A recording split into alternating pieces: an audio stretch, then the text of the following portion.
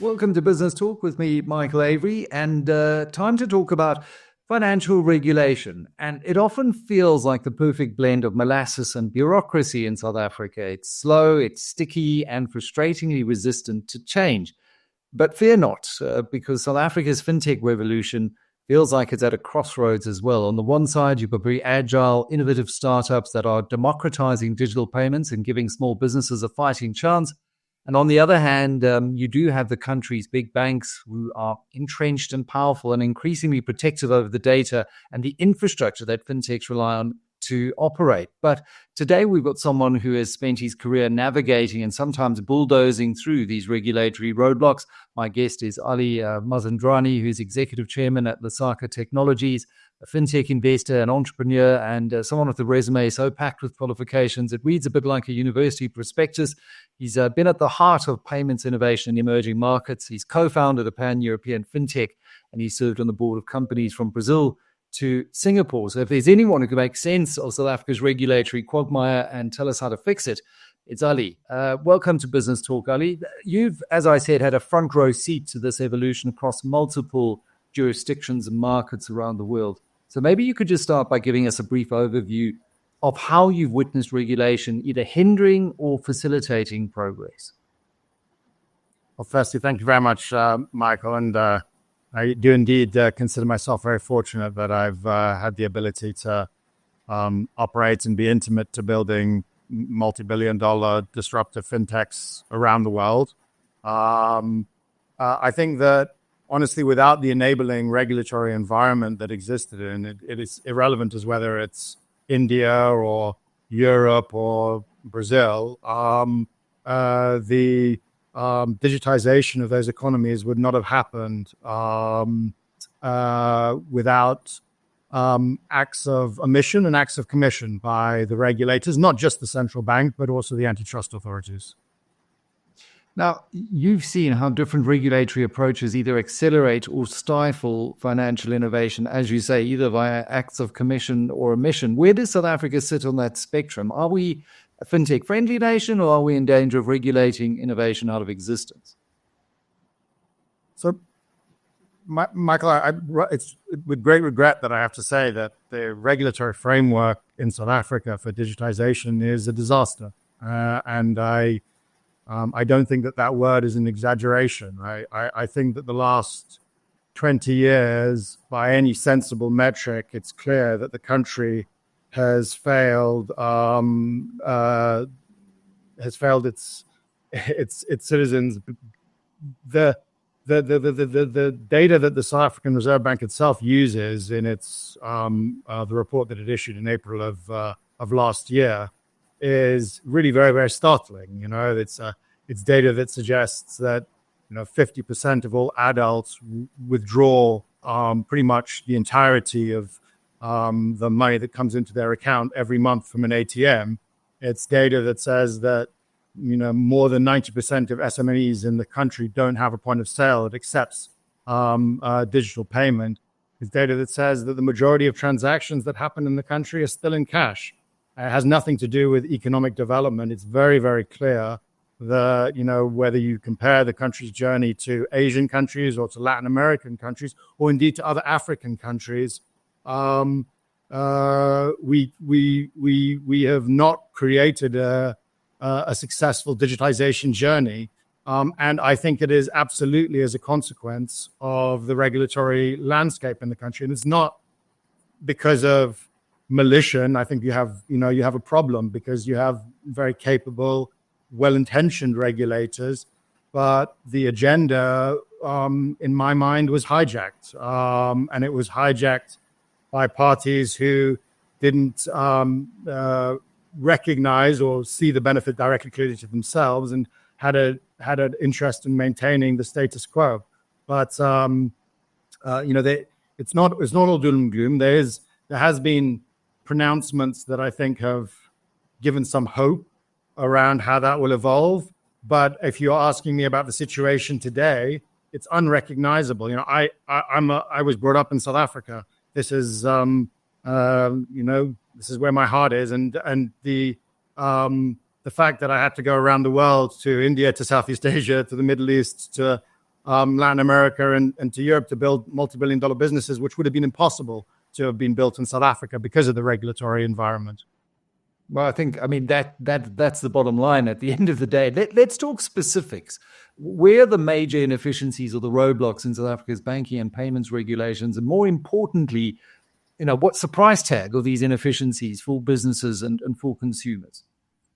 So let's start with the price tag. I mean, this is an enormous tax on our society, and because it happens in a very broad-based sense, the extent of it is often underappreciated. It's not just the cost for the pensioner sitting in a rural area who has to get the bus money to go to an ATM, who gets charged the cost of that withdrawal, which is very regressive in terms of because the fact is we have a society that has material crime issues. The cost of cash is not just the printing of that cash; it's also the fact that you need the security apparatus around it. It's the facilitation of ill-gotten gains for the criminals who are often participating in that cash handling process. And then is the cost to the banking ecosystem as a whole, which is honestly, in my view, it's very short-sighted, because one of the main beneficiaries would be the banking ecosystem, because the digitization of an economy results in larger cash deposits. It results in the greater availability of finance for investments for that society. I have no doubt that this is costing the South African economy and probably the exchequer not just billions of dollars or hundreds of billions of rands. It's probably one of the greatest impediments to the economic development that can be relatively easily addressed, because you do have intelligent, well-meaning, capable regulatory apparatus around here, and the problem is, not only is the problem not insurmountable, we've got great examples, great counterfactuals from around the world as to how you address this problem. So, where let's come back to the beginning of the question. Where are the major inefficiencies that you see that could be addressed, with some regulatory reform? Because we have seen some reform in the system, but clearly not enough. So you have a structure at the moment in which a large part of the empowerment of the regulatory environment for the payments ecosystem was given to the banks in one way or another through different associations, which form the rule base of how you can engage. I'm going to try and highlight a few areas that are sort of relatively clear.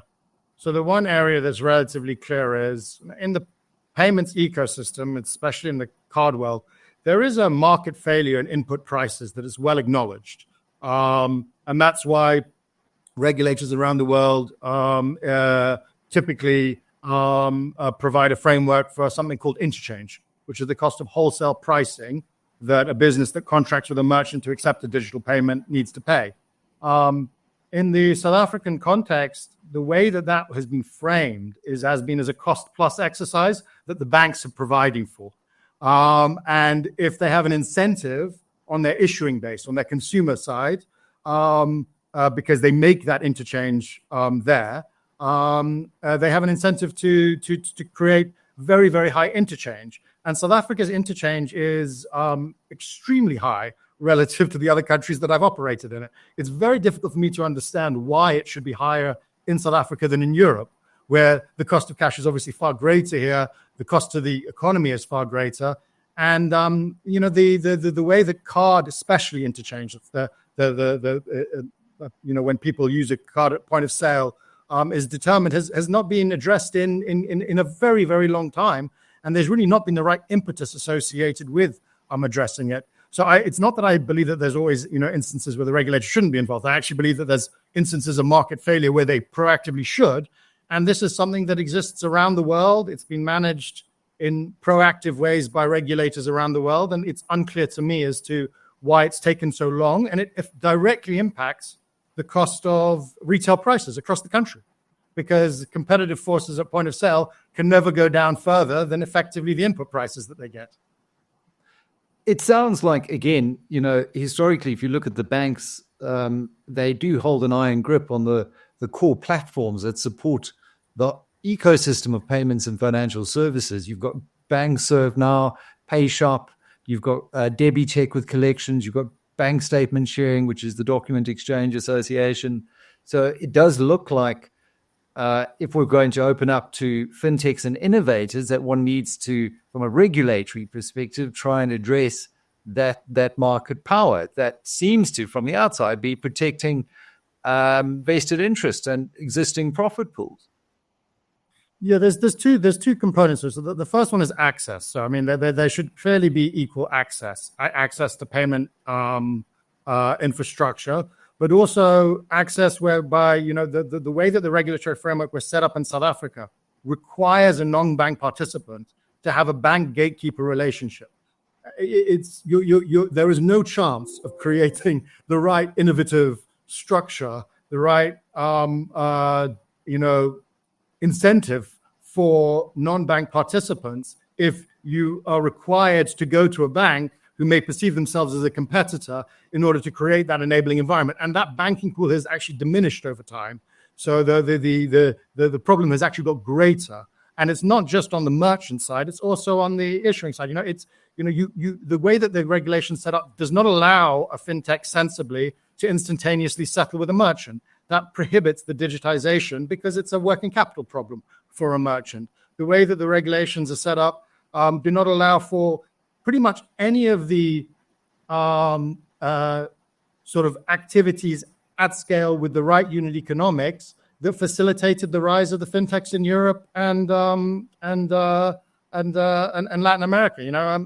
A Revolut, as an example, could not operate in South Africa as a non-banking party because we don't have an e-money regulatory framework here. It just doesn't exist. And Revolut, my partner's son has been at Trinity College in Dublin for the last 3 years.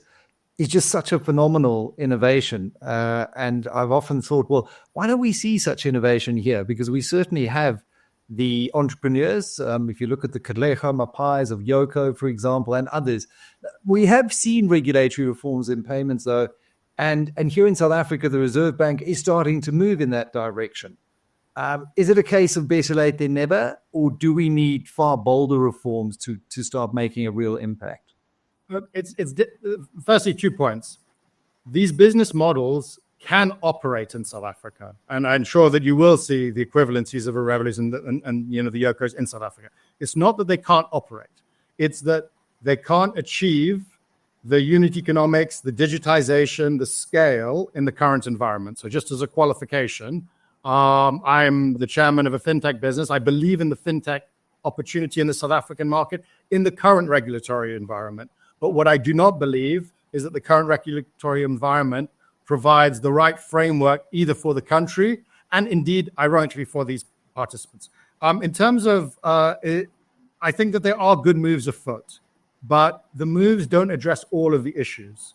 They don't address all of the cost issues, all of the routing issues, all of the regulatory umbrellas, because at the heart of the structure that exists is that the way that the payments game works is framed by an association that is run by banks, and I know that there is a desire to evolve that, and I hope it does happen quickly. But I would observe, maybe a few things, which is that 2 arguments are used to restrain the obvious progress, and those arguments have been successful for the last 20 or so years, which is why we are where we are.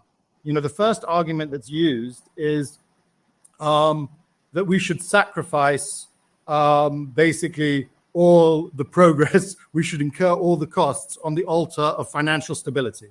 The assertion that in some way, creating a regulatory environment that is conducive for innovation in fintechs impacts risk in the economy, and our financial system is sacred, and we want to ensure the trust and stability there. There is, to my mind, almost no evidence to represent that argument, and it's sort of the last refuge of the incumbent trying to protect a legacy profit pool. And we need to be very aware when that argument is used of asking the question, what is it specifically that is the risk that has been created here? Because it very quickly falls down. Otherwise, the ECB would not be engaging with the regulatory framework that they are. I'm the president of the European Digital Payments Industry Alliance, which represents the independent payment service providers in Europe at Brussels. And I've never had that argument with the ECB, right? I don't know why we should feel that. It's also been the same in Brazil with the central bank there. So that's the first argument we have to be very cautious of. The second argument we have to be very cautious of is there's often an exchequer argument, an argument that the banks provide a very, very relevant profit pool for SARS, and we need to be cognizant of that profit pool and ensuring that the tax net in the country allows us to make the requisite investments. And the very interesting thing from that is that same argument was used in Brazil with PIX, with the digitization of the economy there. And the truth was that actually, the banking environment can benefit hugely from this digitization because of what the consequences on the deposit base, and because cash is a very inefficient medium of exchange. But what ends up happening is vested interest within specific arenas fights the fight. And as I say, we don't have to imagine it. We can look at what happened in India. We can look at what happened in Brazil. We can look at what happened in Europe, and we can just follow that trajectory. It's really not that complex. But expand on that, Ali, because I think some viewing this might not be aware. When we had RPP rolled out and then PayShop launched, everyone thought, well, this is our moment. But it then quickly fell flat because it's not free like it is in markets like Brazil and India and elsewhere where you've seen huge adoption. So, what was the impact in those markets when you started to see real commitment? I'm not sure that the problem is the cost, if you want my honest perspective. I think that, the regulator in South Africa is trying to make energy. So there are things that require direct regulatory intervention, and those are market failures. And then there's things that require the enabling environment for entrepreneurial spirits like the ones you mentioned to try and take advantage of it. And sometimes what regulators do is they don't intervene where they need to because there's a market failure, like, for example, a bank on its own acquiring, having lower cost routing for its own issued card base than for third parties. They should offer that to the whole market. Why not? That's a bundling exercise. That's what would be required in other jurisdictions, or the interchange example I mentioned. And then there's other things where the digitization journey of the economy, I don't think requires the SARB to, for example, own BankServe and propagate PayShop. I think it requires equal access and a level playing field in order for that to exist. Because the problem in South Africa is very easy to understand. It's not a chicken and egg problem. Pretty much, more than 80% of adults in the country have a bank account. They have a card. The problem is they're going to an ATM and withdrawing cash. That's the fundamental problem. So we know what the problem is. It's that there's not the enabling environment at the point of sale. And we don't need to, having an account-to-account option, I think, is a good option. It's a low-cost option. I think, these things should be at the lowest possible cost. But the problem is, consumers will behave the way that consumers will behave. You need to drive the point-of-sale infrastructure in the country in order to enable that reality to exist. Because the people who the account-to-account product is really appealing to today are already people who are able to pay electronically. And it's not disintermediating the cash environment. It's just disintermediating aspects of card, which is not going to fundamentally move the needle in this society. What is going to move the needle in society is having the investment case to build the point-of-sale infrastructure, and having the investment case to build the point-of-sale infrastructure requires the ability for non-banks to not have gatekeeping relationships by banks and not to have artificial high cost of wholesale pricing. That's really it. It's very simple. Now, you attended the launch of the Association of South African Payment Providers, ASAP, with a double P. Great acronym that, given the urgency with which we need to address these issues. As you say, we've been talking about it for almost 20 years now. That was last month. What's the mission, and how do you see it shaking up the payments landscape so that we can finally see the benefits that we've just been discussing? I think independent players have to have a voice. And in the society, in South Africa as a whole, the regulators have really only heard one voice over the last 20 years, and that has been the voice of the incumbent banks. And I think that, one of the things that ASAP hopefully should provide is that voice, that there is another reality that can be articulated. I think ASAP is a wonderful construct. I think, it's bringing together like-minded people who are really there to drive the societal benefit. I think that the principal objective should always be around that. And its purpose has been clearly articulated. I think it's, three things. The first thing is, I think that, it strives to create equal access to help with the innovation and, as a consequence of that, the digitization of our society. It strives to reduce the wholesale cost of payments, whether that be through account-to-account methods like PayShap or through intervention in things like the interchange, or through the cost of settlement, because you face an unfair playing field today in the country. And it strives to have transparency of information and portability of information, so that customers have the freedom to move. You mentioned some of the open banking challenges that exist, and I think that those three missions are all ones that benefit everybody if addressed. And so I hope it's not just the ASAP participants who are excited by it, but I hope also the enlightened parties within the banking ecosystem are excited by it, because it's not just about banks versus non-banks. To be honest, that's an artificial distinction. That's just a question of what regulatory license you hold. It's really about those who are willing to move the agenda forward and not protect existing profit pools and sacrifice the evolution of society on the altar of that, versus those who are thinking in the short term about the structure of the market. Well, I certainly hope, after years of the sort of cat and mouse game with some of these straw man arguments that have been put forward, that we are going to start seeing some real change.